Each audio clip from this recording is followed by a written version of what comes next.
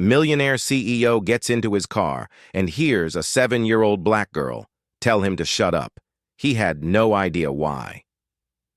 The rain fell in heavy sheets over the glass towers of downtown Chicago. It was 9:47 p.m. Most offices were dark, but in the top floor of Miller Industries, the lights still burned. Jonathan Miller, 52, billionaire founder of a $200 million tech empire, stepped into the underground parking lot, his leather shoes echoing against the wet concrete. He was exhausted. Another late night, another round of meetings he didn't need, decisions he didn't want to make. He reached for the handle of his black BMW and froze. A small voice sliced through the silence. "Shut up, and don't say a word." Jonathan turned slowly.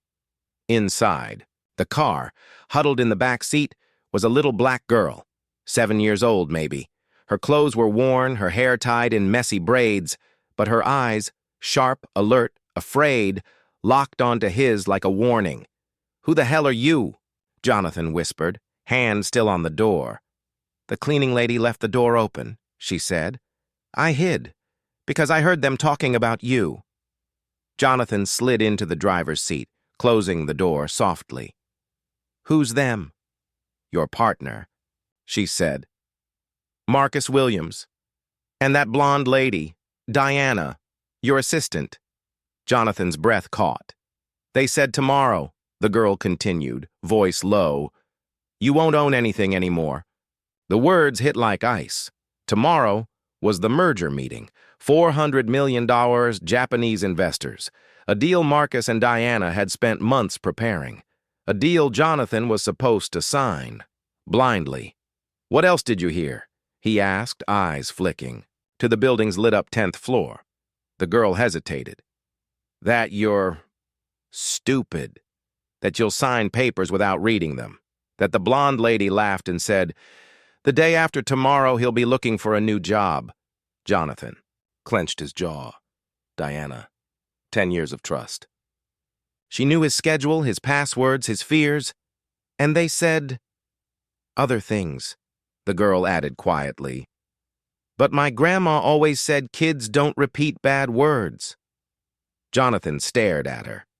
Then, for the first time in weeks, he smiled. "What's your name?" "Jasmine. And you know my name?" They said it 1,000 times. "Jonathan Miller, founder. Fool." Jonathan exhaled.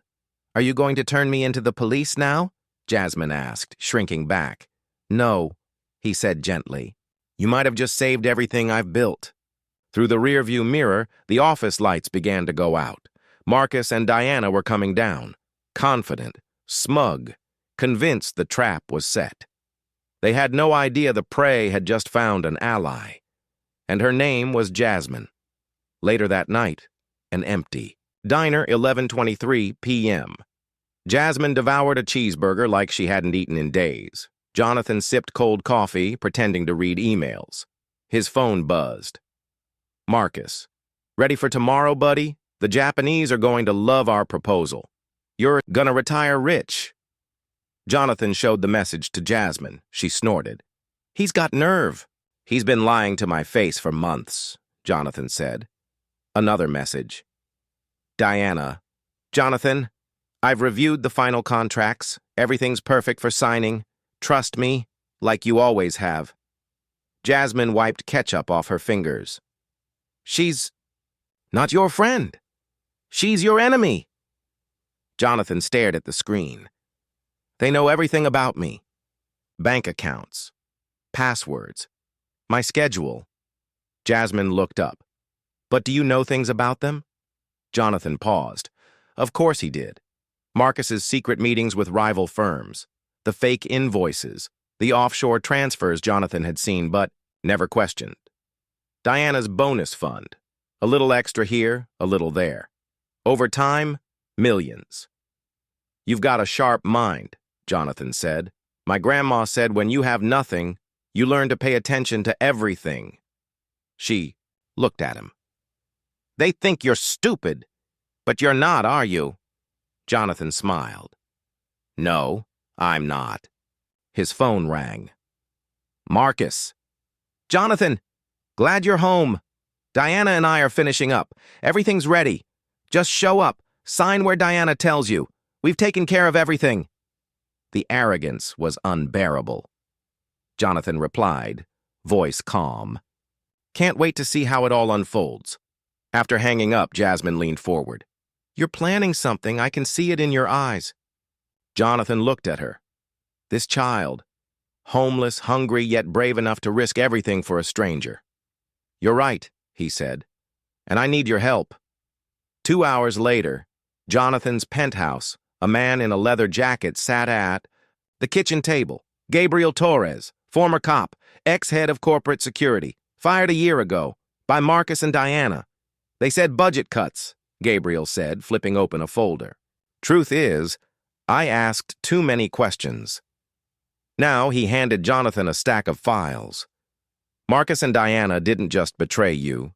They stole $5.3 million over 2 years. Shell companies, fake clients. The merger? It's a money laundering scheme. Once you sign, they remove you and disappear with everything. Jonathan's hands trembled, not with fear, with rage. They used my trust to destroy me. Jasmine, wrapped in a borrowed blanket, sat up. Then we destroy them. Gabriel smiled. We let them think they've won, then we expose them. Live, red-handed. Jonathan nodded. And Jasmine, she'll help. She can listen. Record. Gabriel frowned. She's a kid.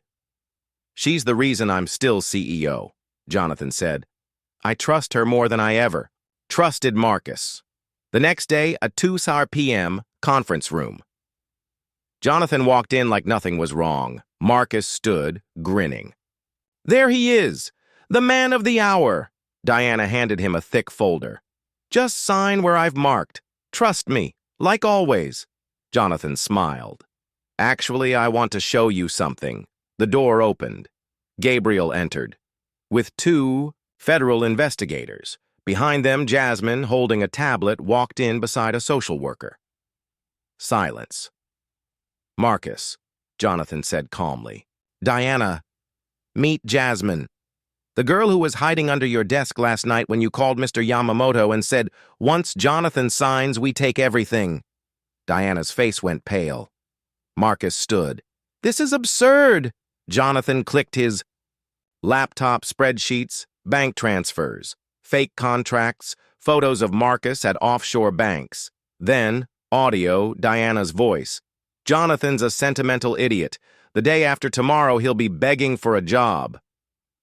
Marcus. 15 years pretending to be friends with that imbecile. It'll be worth it when I see his face. Diana collapsed into her chair. Jasmine stepped forward. Hi, Mr. Marcus. Remember me? The investigators moved in. Marcus Williams. Diana Foster. You're under arrest for embezzlement, fraud, and conspiracy. As the cuffs clicked, Marcus screamed, You'll regret this. Jonathan stood, straightening his tie. I already did. For trusting you.